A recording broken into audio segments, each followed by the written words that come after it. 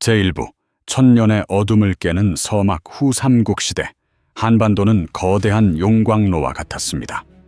신라의 권위는 땅에 떨어졌고 견훤의 후백제와 군계의 후고구려가 서로의 목에 칼을 겨누던 시절이었습니다. 이 혼돈의 한복판에 손각의 호족 출신 왕건이 서 있었습니다. 그는 단순히 싸움에 능한 장수가 아니었습니다. 그는 사람의 마음을 얻는 법을 아는 정치가였습니다. 왕건이 고려를 건국하고 가장 먼저 직면한 문제는 내부의 결속이었습니다. 이름만 고려일 뿐 실상은 수십 명의 강력한 호족들이 각자의 영지에서 왕처럼 군림하고 있었습니다. 이들을 힘으로 누르려 했다면 고려는 건국과 동시에 내전에 휘말렸을 것입니다. 여기서 왕건은 인류 역사상 가장 독특하고도 거대한 실험을 시작합니다. 바로 혼인 정책입니다. 제2부 조강지처 신해왕후와 혁명의 길. 왕건의 첫 번째 부인 신해왕후 유씨와의 만남은 운명적이었습니다. 왕건이 아직 군계의 장수로 지내던 시절 정동 지역을 지나다 유씨 가문에 머물게 됩니다. 유씨는 왕건의 비범함을 한눈에 알아보고 정성껏 대접했습니다. 훗날 왕건이 군계의 폭정을 끝내고 혁명을 결심했을 때 마지막 순간에 망설이던 그에게 갑옷을 입혀주며 대의를 위해 일어나소서라고 일갈한 인물이 바로 신해왕후였습니다. 신해왕후는 왕건에게 단순한 부인을 넘어선 정치적 동지였습니다. 그녀의 가문인 정동 유씨는 왕건이 개경의 뿌리를 내리는데 든든한 버팀목이 되었습니다. 하지만 왕건이 왕위에 오른 후 그녀는 자식이 없다는 이유로 스스로 몸을 낮추며 뒤에 들어올 수많은 부인을 수용하는 대범함을 보여줍니다. 이것이 왕건이 추진할 거대 혼인 정책의 첫 번째 단추였습니다. 제3부 장화왕후 오씨와 나주의 해상제국 왕건의 두 번째 부인. 장화왕후 오씨는 왕건의 서사에서 가장 드라마틱한 인물입니다. 왕건은 후백제를 압박하기 위해 그들의 배후인 나주를 공략해야 했습니다. 이때 만난 인물이 나주 오씨 가문의 딸이었습니다.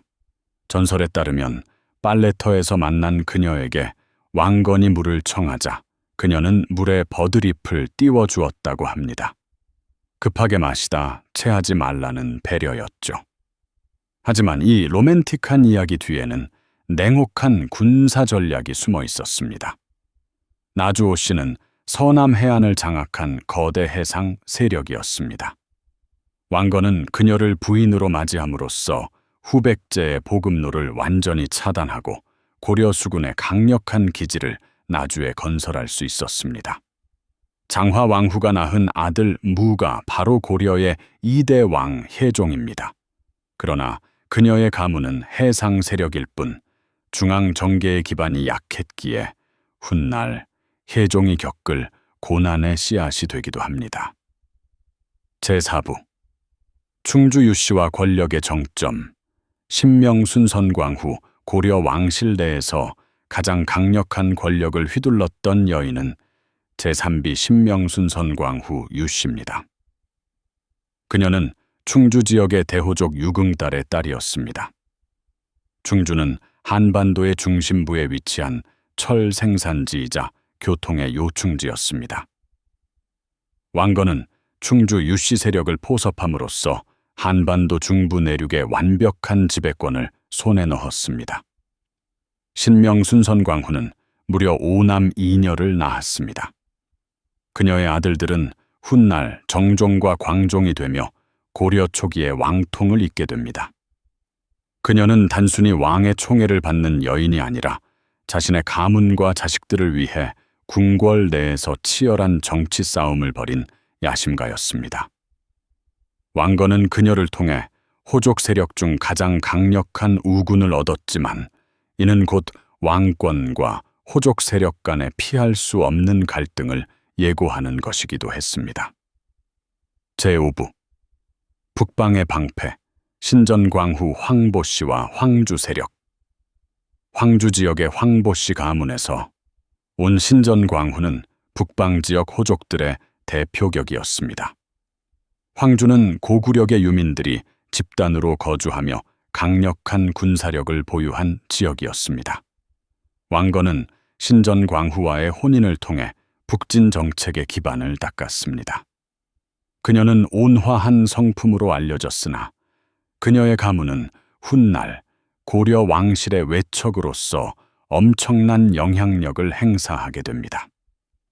왕건은 이처럼 서남쪽의 나주, 중부의 충주, 북쪽의 황주를 혼인으로 묶어버렸습니다.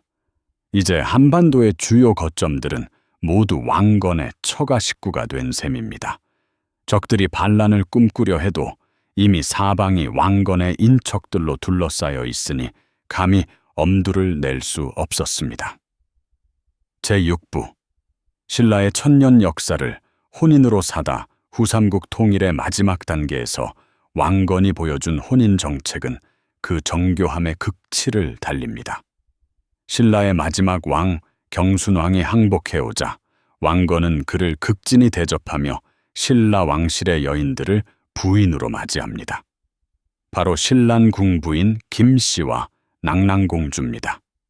이는 신라의 천년 정통성을 고려가 그대로 물려받았음을 만천에 선포하는 행위였습니다. 신라의 백성들은 자신들의 공주가 고려 왕의 부인이 되는 것을 보며 고려를 침략자가 아닌 새로운 주인으로 받아들였습니다. 피 한 방울 흘리지 않고 신라라는 거대한 역사적 자산을 흡수한 왕건의 이 결정은 동양 정치사에서 가장 세련된 통합의 기술로 평가받습니다. 제7부 29명 부인의 각기 다른 역할 분담. 왕건의 29명 부인 중에는 이름조차 기록되지 못한 이들도 있습니다. 하지만 그들 하나하나가 가진 의미는 결코 가볍지 않습니다. 어떤 부인은 변방의 반란을 잠재우기 위한 볼모와 같은 성격이었고, 어떤 부인은 특정 기술이나 자원을 가진 가문을 포섭하기 위한 계약이었습니다. 왕건은 이 29명의 부인과 그 가문들을 관리하기 위해 엄청난 에너지를 쏟았습니다. 그는 매일 아침 각 처소에서 올라오는 보고를 직접 챙겼고 어느 한 가문이 소외되지 않도록 세심하게 배려했습니다. 이것은 사랑이라기보다 차라리 경영에 가까웠습니다. 왕건은 29개의 서로 다른 이해관계를 조율하며 고려라는 거대한 주식회사를 운영했던 CEO와 같았습니다. 제8부 화려함 속에 가려진 여인들의 고독. 하지만 기록되지 않은 여인들의 삶은 어떠했을까요? 29명의 부인이 있다는 것은 왕의 사랑이 29분의 1로 나뉜다는 것을 의미합니다. 1년에 단 몇 번도 왕의 얼굴을 보기 힘든 부인들이 수두룩했을 것입니다. 그녀들은 거대한 궁궐 안에서 자신의 가문을 지켜야 한다는 중압감과 왕의 총애를 얻어야 한다는 강박 속에 살아야 했습니다. 왕건 역시 괴로웠을 것입니다. 그는 진정으로 사랑하는 여인과 시간을 보내고 싶었을 때도 정무적인 판단에 따라 다른 부인의 처소를 찾아야 했습니다.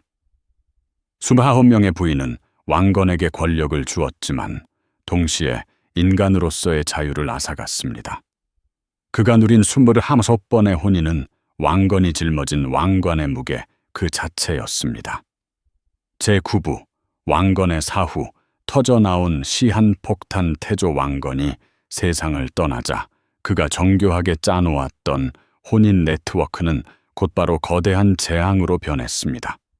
외가 세력이 강한 아들들이 서로 왕위를 찬탈하기 위해 칼을 뽑아들었습니다. 이대왕 해종은 나주 세력의 지지를 받았지만 충주와 황주 세력의 압박에 시달리다 의문의 죽음을 맞이합니다. 궁궐은 하루도 피냄새가 가실 날이 없었습니다. 어제의 형제가 오늘의 원수가 되었고 어머니들은 자신의 아들을 왕으로 만들기 위해 독약을 준비했습니다. 왕건이 평화를 위해 선택했던 혼인이 그가 죽자마자 가장 잔인한 전쟁의 이유가 된 것입니다. 이는 중앙 집권 체제가 확립되지 않은 초기 국가가 겪어야 했던 필연적인 진통이었습니다. 제10부 광종의 피해 숙청과 체제 정비. 이 대혼란을 끝낸 인물은 광종이었습니다. 그는 아버지의 방식으로는 더 이상 나라를 지탱할 수 없음을 깨달았습니다. 광종은 자신의 외가인 충주 유씨 세력부터 쳐냈습니다. 그는 과거제를 실시하여 호족의 자제들이 실력이 없으면 관직에 오르지 못하게 했고 노비안 건법으로 호족들의 경제력을 파괴했습니다. 왕건이 혼인으로 호족을 품었다면 광종은 칼로 호족을 뱄습니다. 이 두 부자의 서로 다른 방식이 결합되어 비로소 고려라는 나라는 단단한 기반 위에 올라서게 됩니다. 29명 부인의 시대는 그렇게 피해 숙청과 함께 저물어 갔습니다. 제1부 29명 부인이 남긴 역사적 진실. 결국 왕건의 29명 부인은 사랑이었을까요? 정략이었을까요? 우리는 이 질문에 대해 사랑이라는 이름으로 포장된 가장 위대한 희생이었다고 답할 수 있습니다. 왕건은 자신의 몸과 마음을 29개로 쪼개어 분열된 사만의 땅을 꿰맸습니다. 그는 여인을 탐한 것이 아니라 그 여인이 상징하는 땅과 백성을 사랑한 것입니다. 적의 딸을 부인으로 맞이하고 그 아들을 후계자로 고려하는 대범함이 없었다면 우리는 오늘날 고려라는 이름을 역사책에서 보지 못했을지도 모릅니다. 그의 혼인은 곧 국방이었고 그의 침실은 곧 외교의 현장이었습니다. 제12부 대단원 통합의 리더십을 기억하며 태조 왕건의 29명 부인 이야기는 오늘날 우리에게도 깊은 교훈을 줍니다. 갈등을 해결하는 방법에는 무력만 있는 것이 아니라는 점. 때로는 가장 부드러운 연결이 가장 강력한 힘을 발휘한다는 점을 왕건은 증명했습니다. 비록 그 과정에서 여인들의 고통과 사후의 혼란이 있었지만 500년 고려 왕조의 기틀은 분명 그 29개의 혈연의 고리에서 시작되었습니다. 왕건이 세운 고려는 고구려, 백제, 신라의 유민들이 비로소 고려인이라는 하나의 정체성을 갖게 된 용광로였습니다. 이제 우리는 왕건의 기록을 보며 화려한 일부 다처제의 모습 뒤에 숨겨진 한 군주의 고독한 결단과 평화를 향한 처절한 의지를 읽어내야 합니다. 29명의 부인은 왕건이 꿈꿨던 평화로운 사만 통합의 상징이자 우리 역사상 가장 거대했던 화합의 프로젝트였습니다. 이 장대한 서사를 통해 우리는 진정한 리더십이 무엇인지 다시 한번 생각하게 됩니다. 오늘 우리가 함께 살펴본 역사의 한 페이지 어떠셨나요? 과거를 통해 오늘을 읽는 힘은 여러분의 작은 관심에서 시작됩니다. 내용이 유익하셨다면 구독과 좋아요로 응원해주세요. 여러분의 지지가 더 깊고 흥미로운 역사 이야기를 발굴하는 큰 힘이 됩니다. 지금까지 역사 다시 보기 TV였습니다.